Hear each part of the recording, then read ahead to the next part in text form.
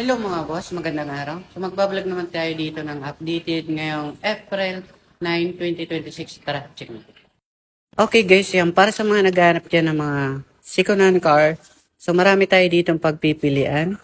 So karamihan dito yung mga galing bangko, yung mga hatak. So meron tayo ditong Toyota Yaris mga boss na 2024 model, automatic, yung hybrid na siya. Toyota Yaris Cruise. Yan, automatic na halagang 1,160,000. Meron naman tayo dito ito, kung gusto niyo nito guys, 2020 model na Mitsubishi L300 sa halagang, ano to mga boss? Ayan, nasa 400,000. Meron naman tayo dito guys na 20, ano to, 2024 model na Ertiga, hybrid na siya, automatic. Sa halagang 750,000 yan. 750,000.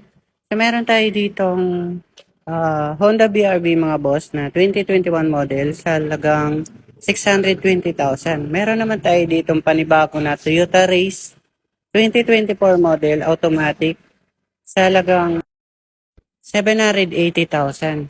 Meron naman tayo ditong Suzuki Jimny mga boss na 2020 model sa halagang 900,000. Meron naman tayo ditong Honda Mobilio mga boss na 2018 model automatic sa halagang 490,000. Meron naman tayo ditong Toyota Vios na 2025 model sa halagang 630,000. Kung gusto nyo Mitsubishi Lancer mga boss, 2015 model automatic sa halagang 485,000. Ito not available. Meron tayong Subaru mga boss, 2014 model sa halagang 550,000. Super Gandia mga boss, 2016 model automatic na sa 1,120,000. L300 mga boss na 2024 model sa halagang 600,000. Meron naman tayo dito guys na 2025 model L300 sa halagang 680,000. Hyundai Starex na top of the line 2017 model sa halagang 790,000 na lang to. Suzuki Carry FB 2025 model sa halagang 520,000. May Toyota Avanza tayo dito na 2019 model sa halagang 390,000. Ito Mitsubishi Pajero mga boss sa halagang 585,000. Meron tayo dito guys na Tamaraw na FX 2025 model sa halagang 900,000. Baka gusto nyo ng friendly budget na Toyota pickup mga boss sa halagang 385,000.